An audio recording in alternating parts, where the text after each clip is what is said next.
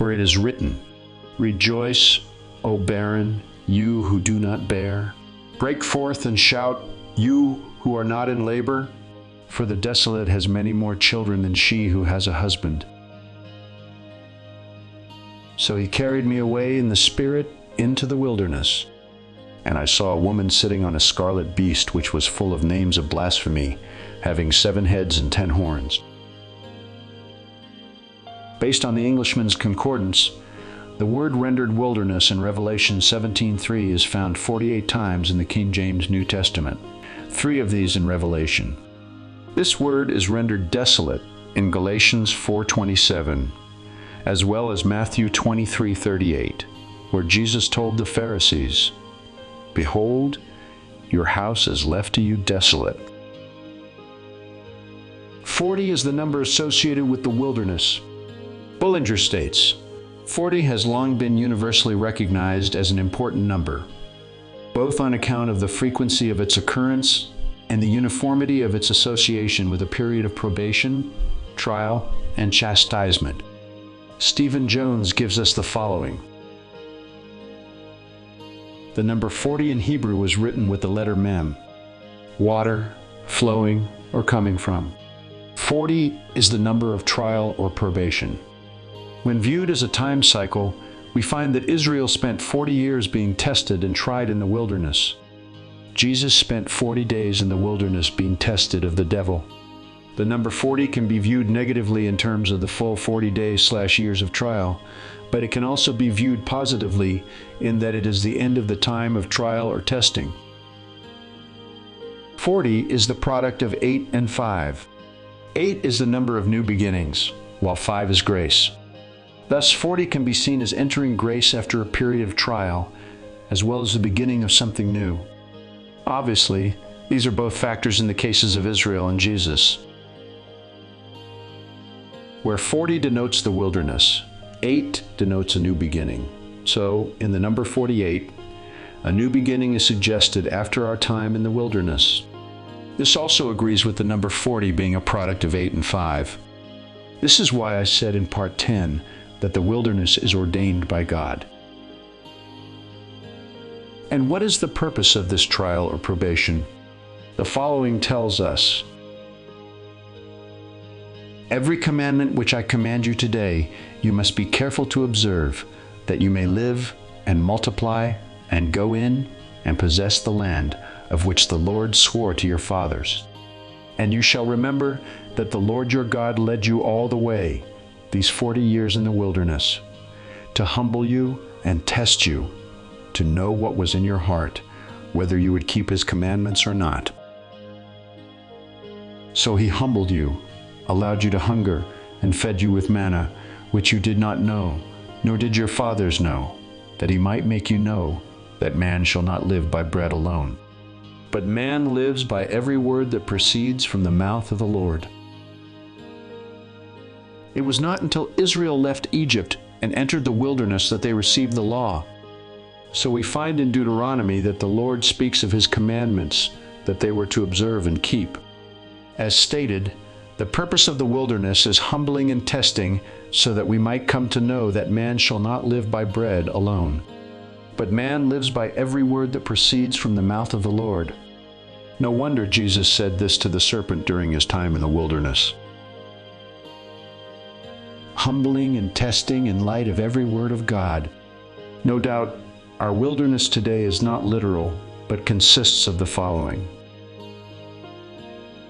For those who live according to the flesh set their minds on the things of the flesh, but those who live according to the Spirit, the things of the Spirit. For to be carnally minded is death, but to be spiritually minded is life and peace. Because the carnal mind is enmity against God, for it is not subject to the law of God, nor indeed can be. So then, those who are in the flesh cannot please God. Here we are, my friend. Our wilderness today is the carnal mind, the mindset on the things of the flesh. It is a mind of pride, of the inordinate love of the self. It is this through which we pass and how we are tested and humbled. The idea of humility brings us to the following. And as Moses lifted up the serpent in the wilderness, even so must the Son of Man be lifted up. Where is the serpent found? In the wilderness. Where is God's law delivered? In the wilderness. What did the serpent tempt Adam and Eve with? The tree of knowledge, typifying the law of God, the ministry of death and condemnation. What did the serpent tell Eve? You will not surely die, and you will be like God, knowing good and evil. As we see, these two statements reflect pride, do they not? The carnal mind is the mind of pride. So it is in the wilderness of this carnal mind that we are tested by the living and active Word of God. First division, as we oppose almost every aspect of His moral boundaries. Then witness, as we come to surrender to His loving chastisement. Then the Lord said to Moses, make a fiery serpent, and set it on a pole, and it shall be that everyone who is bitten, when he looks at it, shall live. So Moses made a bronze serpent, and put it on a pole, and so it was. If a serpent had bitten anyone, when he looked at the bronze serpent, he lived. What does it mean for the serpent to be lifted up? It correlates with the Son of Man being lifted up.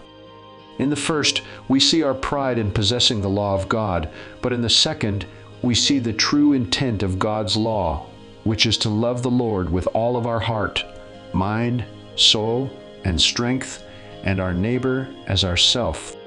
It is love alone which elevates the law from carnal to spiritual. In the wilderness, our carnal self sees temptation as a threat from outside ourselves like a serpent. Hence the reason we weaponize it, shifting blame and accusing others. But the truth is, this temptation stems from within, from our own pride, which rebels against God's commands. More often than not, we don't recognize pride as a problem, which is why spiritual growth is so challenging. However, through God's transformative work, our perspective is shifted.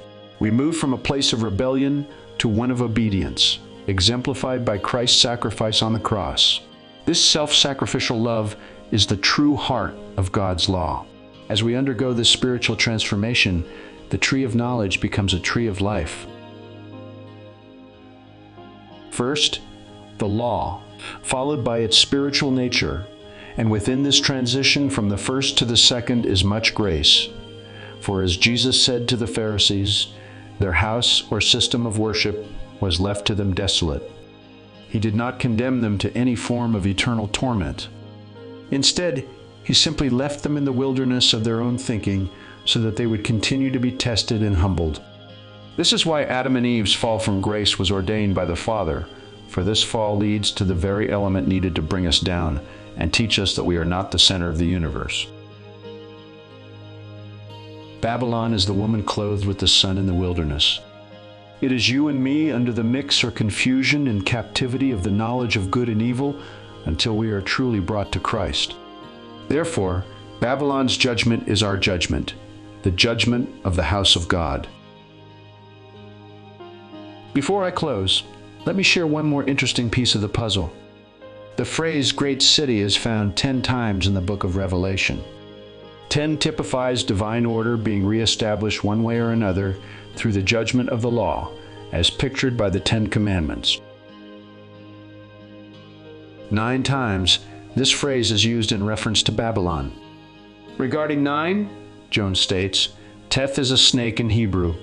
It can also signify being surrounded, for the snake was often pictured in a circle, swallowing its tail. The number 9 speaks of God's visitation. Snake? Do you mean a serpent? Yes, and visitation. A Hebraism that pictures God as an investigator visiting a person, city, or nation to expose the hearts, gather evidence, and see firsthand, as it were, the truth of a matter. You see, my friend, the serpent is not a fallen angel fighting God. It's a tool in the hand of the one who created it.